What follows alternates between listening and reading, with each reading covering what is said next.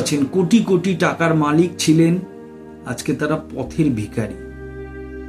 আবার অনেকে আছেন একদম খুব ছোট্ট একটা ব্যবসা করতে করতে অনেক বড় ব্যবসা করে ফেলেন।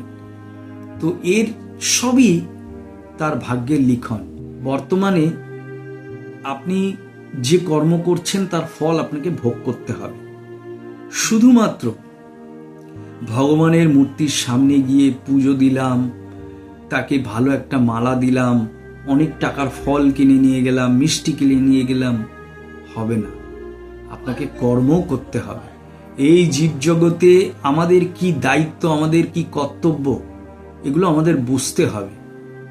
তো আমাদের প্রত্যেকের উচিত সমস্ত মানুষের সঙ্গে সুন্দর সম্পর্ক রাখা এবং সকলের সঙ্গে ভালো ব্যবহার করা, কারোর কোনো রকম ক্ষতি না করা।